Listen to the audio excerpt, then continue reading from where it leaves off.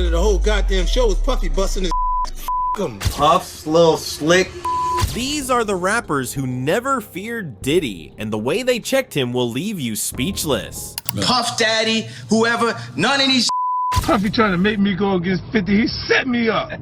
Diddy may have been the godfather of the industry in the past, and many celebrities have had to dance to his tunes. But some hardcore rappers never cared about Diddy's consequences, as they never had an ounce of fear for him. Sean Diddy Combs is currently on top of the list as the most evil spawn of the music industry, but he knows better than to go against certain fearless rappers. Keep watching till the end of the video to see rappers who never feared Diddy. Trust me, you don't want to miss this. 50 Cent. 50 Cent is the first one anyone would name if asked to identify Diddy's archenemy in the rap industry. It's been decades since 50 Cent started calling Diddy out on his strange behaviors. He's had his foot on Diddy's neck for a long time, but you might not know where it all started. 50 Cent and Diddy's sour relationship publicly dates back to 2006 when 50 dropped a diss track titled The Bomb. The track caused fans to speculate that he was talking about Diddy and his alleged involvement in Notorious B.I.G.'s tragic death. But that theory couldn't be proven, as neither of the two ever said anything about it publicly. Interestingly, 50 Cent and Diddy used to be close buddies back in the late 90s before things went south. But 50 made his stance towards Diddy as clear as day when he was interviewed on The Breakfast Club. He said he preferred to steer clear of Diddy after he said some weird stuff around him. 50 revealed that Diddy had told him he wanted to take him shopping one time. He said that was when he realized that Diddy couldn't be straight because only a homosexual man would have that idea. He told me to take me shopping. I looked at him like, what'd you just say? Judging from 50 Cent's expression during that episode of The Breakfast Club, it's easy to assume he must have checked Diddy and put him in his place when it happened. Let me move, man, before I do something. You're gonna make me mess up the wedding. Later on, Diddy was also asked about the incident on The Breakfast Club so they could get his side of the story too. But Diddy's response was as weird as what he had previously said that led to the situation. Diddy claimed he was just trying to upgrade 50 Cent's fashion sense. That sounded untrue, as most folks thought 50's taste in fashion was just fine. And he said you did the same thing to him. You asked him to take him shopping. Yeah, I thought he needed some clothes. You know he loves me. I don't think he like you. You know he loves me. I don't think. People started thinking that Diddy was just trying to cover something up. Anyway, 50 Cent moved farther away from Diddy after that and has been on about the unimaginable things Diddy gets up to behind closed doors. The rapper has even publicly spoken about how Diddy's parties were an uncomfortable place to be for him. 50 Cent has never stopped criticizing the Bad Boy Records CEO, and that puts him on the top of the list of rappers who never feared Diddy. If 50 isn't throwing jabs at Diddy through his social media accounts, he's having a field day talking about it during interviews or podcasts. 50 posted a photo of Diddy and Rick Ross almost locking lips, alongside a photo of Diddy twinning in pink shirts with another man, and captioned it, "I ain't saying nothing, but something ain't right, LMAO." 50 Cent checked Diddy again as he tried to show the public that Diddy really was gay. 50 Cent checking Diddy on his alleged love for men and strange behaviors has gotten even worse than before. The rapper has been on a roll since Diddy's never-ending scandals in 2023, causing their feud to escalate. He mentioned how Diddy must be neck-deep in a web of crime when his homes were raided back in March. 50 posted 2 screenshots on his Instagram, one of a TMZ report on Diddy's homes getting raided, and another one that showed Diddy's sons getting arrested and taken away while Diddy was absent from the home during the raid. 50 captioned the first post, "Now it's not Diddy do it, it's Diddy done. They don't come like that unless they got a case." And he captioned the latter.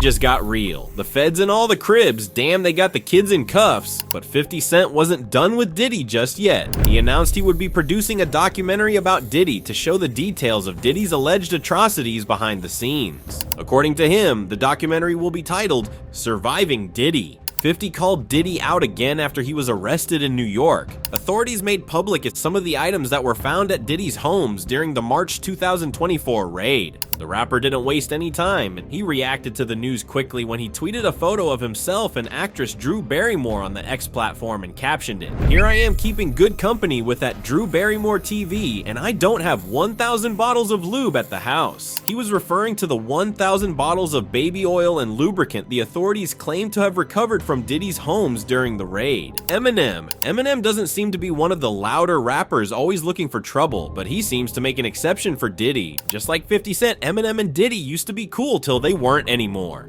But no one really knows where Diddy and Eminem's beef started. Folks just seem to realize they weren't as cool as they used to be and began staying away from each other. But recently, Eminem's stance against the rapper became obvious. The rapper had written many songs in the past that fans had assumed were throwing jabs at Diddy, but it was never proven. However, one of Eminem's songs that came out in July 2024, titled Fuel, made things abundantly clear. Eminem's lyrics read, "I'm like a R-A-P-E-R, got so many S-A's." Wait, he didn't just spell the word rapper and leave out a P, did he? The rapper is known to drop subtle hints in his songs, but the hint in this particular track was quickly decoded by TikTok users. Theories spread that Eminem spelled the word rapper incorrectly, so he could use the missing letter P to connect the dots of P. Did he, as it sounded like P. Diddy. Yeah, that's way over the top, but judging from Eminem's style of rap, that theory could really be true. Also, it's not his first time calling Diddy out in his songs. In Eminem's 1996 track titled F***ing Crazy, he rapped,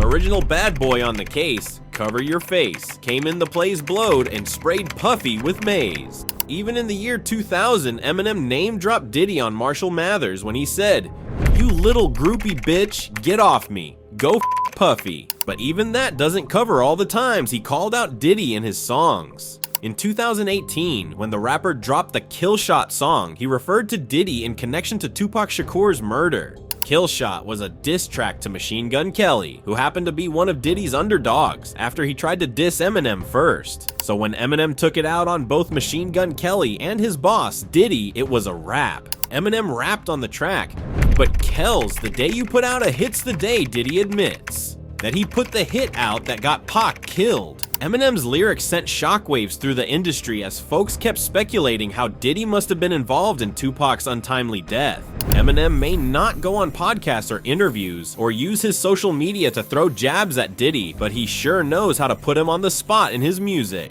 Kanye West. Kanye West is the kind of rapper who has beef with everybody, but the type of feud going on between him and Diddy stands out amongst all the other feuds he has had in the music industry. But notably, Diddy and Kanye were good friends for a while until the friendship weakened and broke off. Kanye started as a cohort of Diddy and Jay-Z, but he began to pull out of the friendship little by little. His first rumblings of attitude towards Diddy came up in 2014 after an episode of Keeping Up with the Kardashians aired. Khloe had talked about one of Diddy's parties that she had attended and said everyone in attendance was butt naked. That particular situation didn't sit right with Kanye, as his expression made it evident that he wasn't cool with it. Kanye still seemed okay with Diddy, but then things went downhill in 2022 when he accused Diddy of being an informant for the feds. In a now deleted podcast, Kanye said to Diddy, "Because part of the deal for you to be able to do all that and get out of jail is that you promise that you are gonna go pull my card."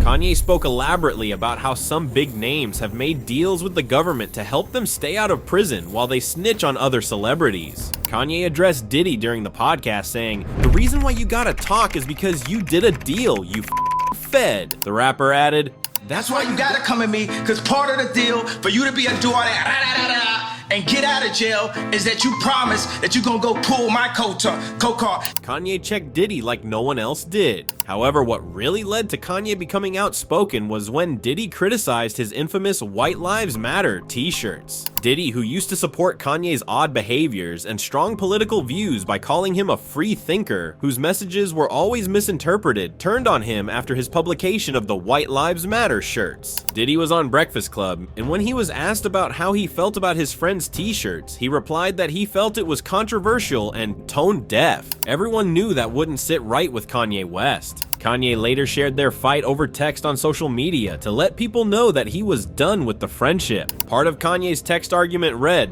"I'm selling these tees. Nobody gets in between me and my money. This is my grandfather texting you now. Never call me with no bullshit like that again unless you're ready to green light me, cause anybody who got on that tee is me." Kanye followed the text up with another message that read, "Out of respect for everything you've meant to me, I'll be quiet as Virgil. But now I know how I've hurt people I I love with threats. The rest still seemed like Kanye was just blowing hot till it got to the part where Kanye texted, "Come do something illegal to me now, please." Kanye went as far as taking screenshots of the text and posting them on his Instagram page with the caption, "God is love, my brother misspoke to me, but I still love him." The situation became confusing as no one understood what was really going on. Diddy eventually responded to Kanye's text saying, "As soon as I land, we'll meet face to face. Send me a address." Diddy went on saying Kanye should send him an address and they should stop playing internet games. Diddy also said that Kanye should feel threatened, but he added,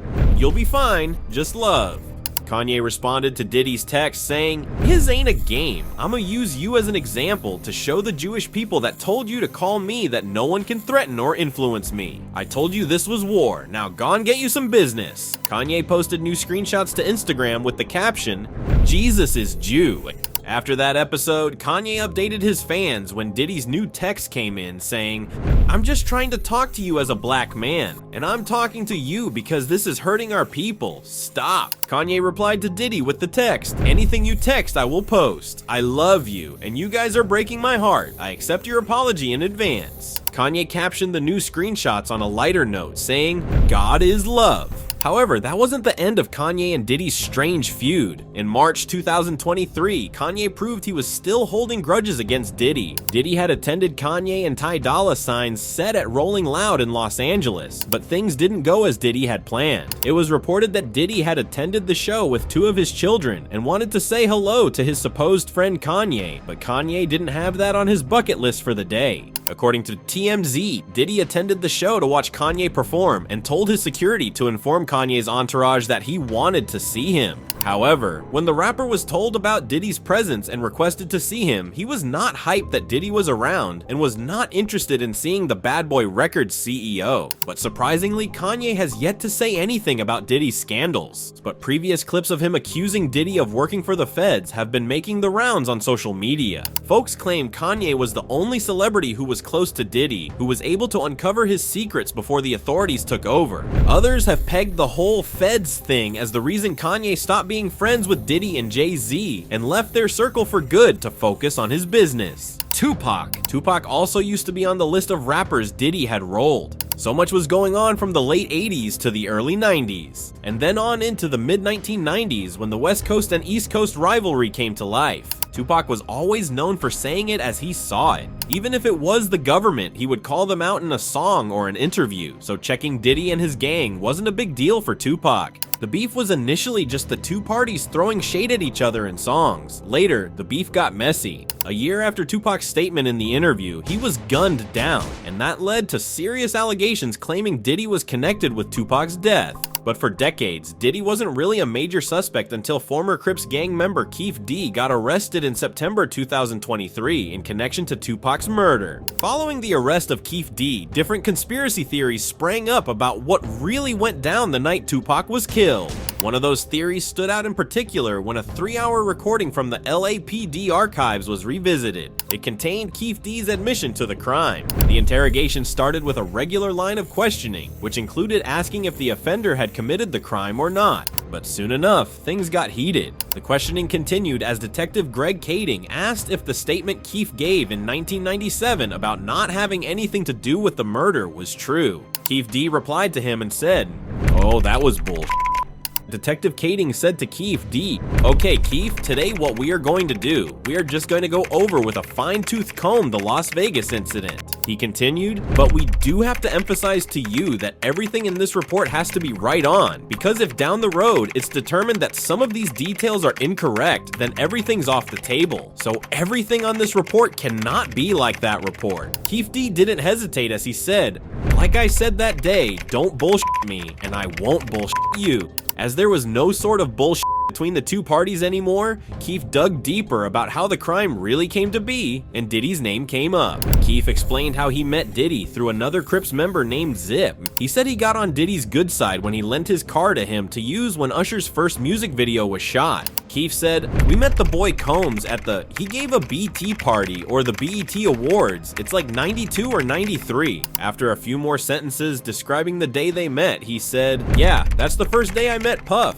And after that, they used my car in the video. One of the detectives asked Keefe about the model and color of the car he was talking about, and he said it was a '64 Chevy I had, brown color. Usher, he has Usher. It was Usher's video, and Puff was driving the car. The interrogation continued as the detectives asked Keefe when the beef between Death Row Records and Bad Boy Entertainment started. The detectives thought the beef had started when the separate label members just used to see each other around town. But Keefe replied, no, it started when they went out to that award show. The detective wanted to get the details about what caused Diddy to tell Keefe and his gang that he was willing to pay them any amount to get rid of Tupac and his crew. Keefe D said, when he told me at Greenblatt. The detective wasn't satisfied with the sketchy reply, and he asked him how the conversation he had with Diddy really went. Keefe replied that he met Diddy for dinner at the Greenblatt Deli on the Sunset Strip, and he told Diddy that he and his gang wanted $1 million to get the job done. Then the detective asked Keefe if everybody around them at the time could hear him and Diddy's conversation. He replied, he was talking to me. When we got there, we was laughing at him because he was with this broad that sucked and sucked every in there, and he's all held up kissing with her. He continued, we was laughing like a mother. He's like, man, what you laughing at, dog? Man, don't just come out here and get any broad, dog. He took me downstairs and he's like, man, I want to get rid of them dudes, man. I was like, we'll wipe their ass out quick, man. It's nothing. Keefe said Diddy's command to kill Tupac and Suge Knight came about because he was scared that they would attack the Bad Boy Entertainment crew first. Keefe said Diddy was initially just after Suge, but he eventually added Tupac to the hit list after he made the Hit 'Em Up record. He said the record pissed Diddy off, and that was when Tupac became the #1 person Diddy wanted to wipe out. Keefe D's statement about Diddy putting a hit on Tupac and his crew made people wonder whether it was true or not. But when some members of the Outlaws, an American hip-hop group founded by Tupac, confirmed Keefe D's statement, it made more sense to the public. Outlaws' former member Napoleon got a lot off his chest during an interview with the Art of Dialogue show. He said, at the end of the day, there's no proof. When all of this happened, Puffy was in New York somewhere. He continued, I heard about it. It won't be surprising to me. I heard about the rumors that Puff paid that money $1 million for Pac or Suge. I'm not surprised of that. It don't sound far-fetched to me. Napoleon wasn't trying to bust open a wound from 28 years ago because he didn't know if he would suffer for it. Napoleon was asked about the reason Diddy was not called in for questioning during the investigation 27 years ago. He replied, to be honest, even if we feel that way, but we know how the law works. Puffy is not a dummy, and America is a place that money talks because when you've got money, you've got people in high places.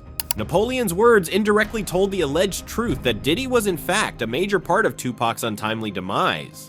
Suge Knight. Suge Knight is currently incarcerated as he was sentenced to 28 years in prison when he pleaded no contest in a voluntary manslaughter case from a 2015 incident. So yeah, Suge may be rotting away behind bars now, but he was one of the main characters in the West Coast beef of the 1990s. Suge, who was a co-founder of Death Row Records, where Tupac was signed, was always supporting his signee. They often gathered to throw jabs and mock their East Coast rivals. This included Diddy, who owned Bad Boy Entertainment, where Notorious B.I.G. was signed. There was always trouble going on between the two gangs. Their attacks on each other were relentless. Suge was never scared of Diddy or whatever consequences Diddy could unleash on him. Tupac never seemed to worry about that part either. Suge Knight was even in the car with him on the night Tupac got killed, but he was lucky enough not to get riddled with bullets like Tupac. Suge was also on Diddy's alleged hit list, according to Keefe D. But Suge made it out alive, so now he gets to hear all about Diddy's unfortunate circumstances. Interestingly, Suge has always had a thing or two to say when any Diddy news came up. Recently, he spoke about Diddy's arrest and even gave him a word of advice. He figured he could since he's had more experience being behind bars than Diddy, who just got in about a month ago. Suge Knight was on a phone call from jail for an exclusive interview with News Nation's Chris Cuomo. Suge's interview got everyone talking as he reacted to Sean Diddy Combs' arrest. The Bad Boy Records CEO is being held in Metropolitan Detention Center in New York and is facing 15 years to life if convicted. So Suge let him in on a few tips he might need while he's in there. Suge told Chris Cuomo that Diddy is going through these tough times as a result of being in an immoral industry. He said,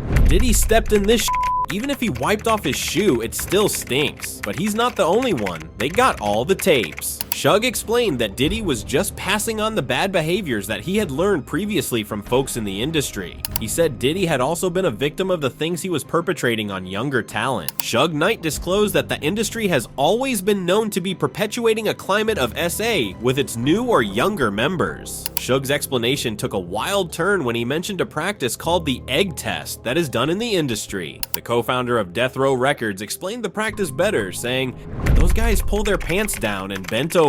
They stick the egg up their Their eggs break. They say they're not ready yet. They ain't put enough work in. This is Hollywood." Suge Knight said it's hard to know everything that goes on at the parties, but even folks who don't attend are aware of the drill. Suge added that this has been going on in the industry for a whole bunch of years, for decades, and at the same time, you know, nobody wanted to be true, and it shouldn't have to be true. When Suge was asked about the conditions of the jail where Diddy is being held, where the rapper is reportedly on suicide watch, Suge gave his opinion about the situation. He said, "I don't care who you are. Prison is a negative environment. Somebody can do something to Diddy and get a name for themselves. But we also gotta learn. We gotta learn from our mistakes. You gotta better yourself." Suge Knight claimed Diddy had enjoyed himself a whole lot as he'd had a great run while he was on the outside. But now he should just accept doing his time if he's convicted. Suge said, "He had a great run. I've been locked up for 10 years, and I ain't had a bad day yet. There's a lot of things we can do to help each other, and it's never too late for help." Boosie Badass. Boosie Badass is one of the celebrities who isn't scared of anyone in the industry. Though he is not scared of Diddy, he also isn't on Diddy's bad side like other folks who openly talk about their hatred for the music mogul. While most celebrities have something negative to say about Diddy or have nothing to say about the music mogul, Boosie Badass is on the side doing the opposite of these two options. Boosie, in fact, prefers to cheer Diddy on when other celebrities are booing him and making him feel like a horrible person. After Diddy's arrest got to mainstream media, which made everyone have something to say about the rapper concerning his alleged jaw-dropping crimes, Boosie took a different route and backed up Diddy about the series of events that led to his arrest. Boosie went on the X platform and wrote in caps, airing his opinion about the situation. Boosie wrote, "I feel Diddy in jail for basically doing what every other famous entertainer has done, flew out for threesomes. He just freakier. We actually go call women prostitutes who fly in willingly to be with their partners for If that's the case, if you've been flued out and had you should be labeled a prostitute." Boosie suggested that almost every celebrity should be arrested because plenty of them are satisfying their urges by flying females to wherever they need to make it happen.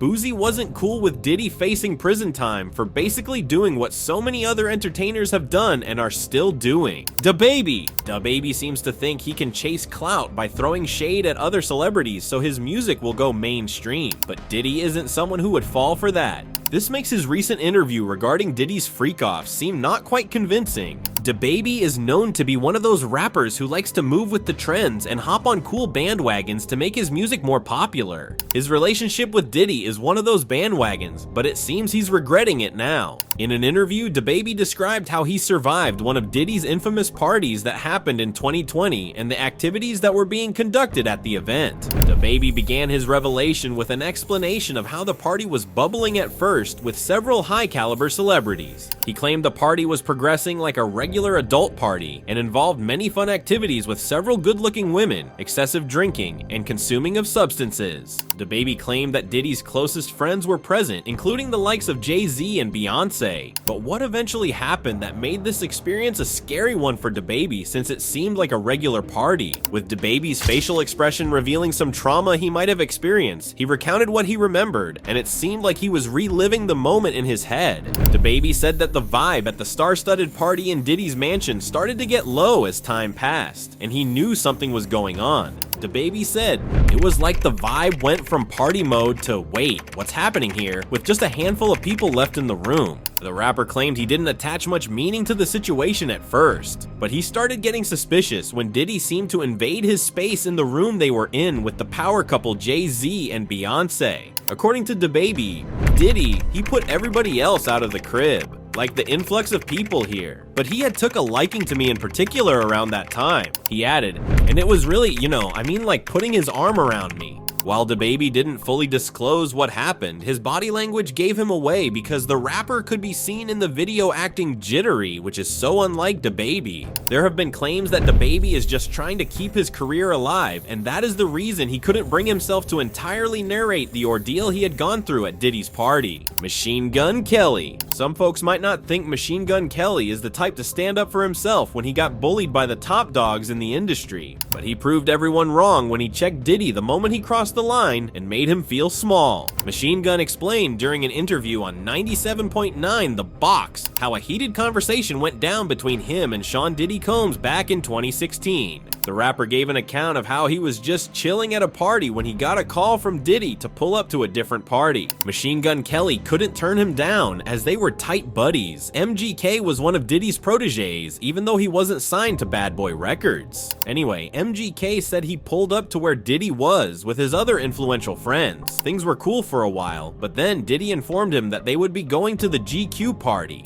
Machine Gun said he told Diddy that he had already been to the GQ party and that the long line of cars trying to get in was the reason he had left. But Diddy knew how to find his way through situations like that, so he told the rapper they would get in somehow. But when they got to the party, Diddy ended up ditching MGK. That got on the rapper's last nerve, and he checked Diddy for it. Machine Gun texted Diddy that he was leaving and going back home, and he typed all sorts of negative words at Diddy. Machine Gun Kelly went ahead and slept his bad mood off at home, but he got a call the next morning from Diddy. Diddy said that he should pull up to his new mansion, and he texted him the address. MGK claimed he got to Diddy's crib, and that was when he knew he had probably gone a little too far with his texts. According to the rapper, Diddy told him no one had ever spoken to him the way Kelly had in his texts. Then Diddy proceeded to show MGK his arm and said he was human and blood ran through his veins too, and sometimes things like that happen. Kelly claimed he explained his own side of the story and they were cool afterwards. He even spent the night partying and having fun at Diddy's crib.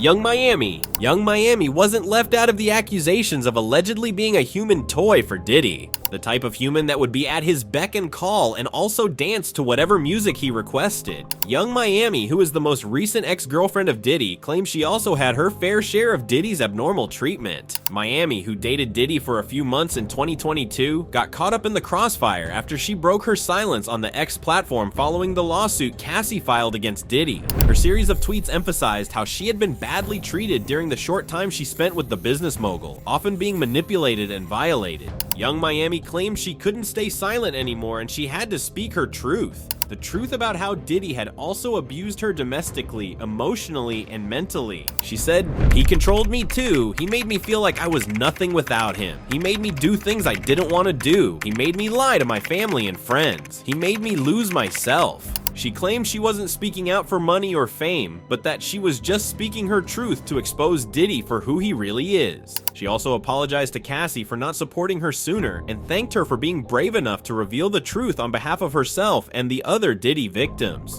Diddy has reportedly been struck out in scenes from Young Miami's upcoming reality show. The reality BET series titled City Girls is set to premiere sometime in 2024. Young Miami may have to keep her checks in order on this one to save herself from lacking funds as she has parted ways with her billionaire boyfriend Diddy. Mike Tyson. After Diddy's shocking arrest at Park Hyatt Hotel in Manhattan, a clip surfaced featuring Mike Tyson in an awkward position with Diddy. If Diddy truly is involved in homosexual activities, as all evidence seems to be pointing to, you can bet your last cent that Mike Tyson doesn't want to be associated with that. The creepy video shows Diddy and Mike Tyson on the Keenan Ivory weigh-in show in 1998. The clip showed Diddy, the host, and the boxer joking around and laughing. Tyson tells Diddy he may need his help at some point, in case he has a singer he's trying to help get to the top of their career. It was all good until Diddy started placing his hand weirdly too close to Tyson while he was talking to Keenan. Tyson didn't make a big deal about it, but the boxer lifted Diddy's hand away and repositioned his sitting position away from the rapper. The clip has been causing a lot of controversy online as folks believe that Diddy has for a long time been trying to get celebrities involved in bizarre relationships. Obviously, Mike Tyson wasn't having it that time, and he made that clear to Diddy without having to say a word. That seems to have been the last weird encounter between Diddy and the boxer, probably because Tyson made sure to keep himself a safe distance from Diddy after that.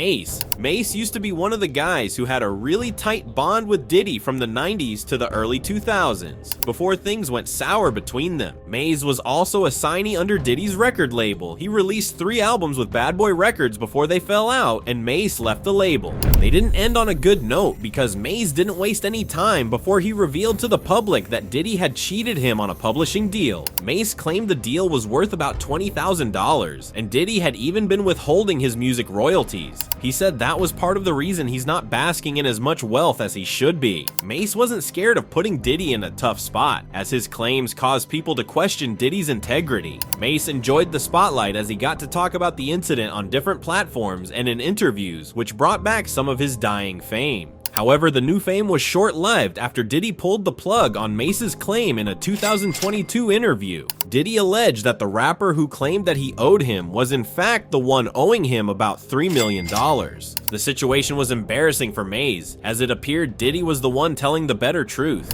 Mace may have been honest about his accusations, but Diddy bringing up that he owed him such a huge amount of money nullified Mace's claim. Everything was put to bed when they revealed they had resolved the issue in 2023. Diddy publicly stated he had returned the publishing rights to Mace and a few other artists that had already left his record label. Shine. Former Bad Boy Records rapper Moses Shine Barrow may have been scared of Diddy in the past, but not anymore. Shine revealed a lot after Diddy's arrest when he reacted to the news. Shine said, "When I was an 18-year-old kid just wanting to do nothing other than make my mother proud and make Belize proud and be recognized for my talent and take over the world, I was defending him and he turned around and called witnesses to testify against me. He contributed, he pretty much sent me to prison. That is the context by which you must always describe that. I forgave, I moved on, but let us not pretend as if I was in Miami for Thanksgiving and Christmas." Shine's statement was referring to the 1999 NYC club shooting case that involved Diddy and Diddy's girlfriend at the time, J. Lo.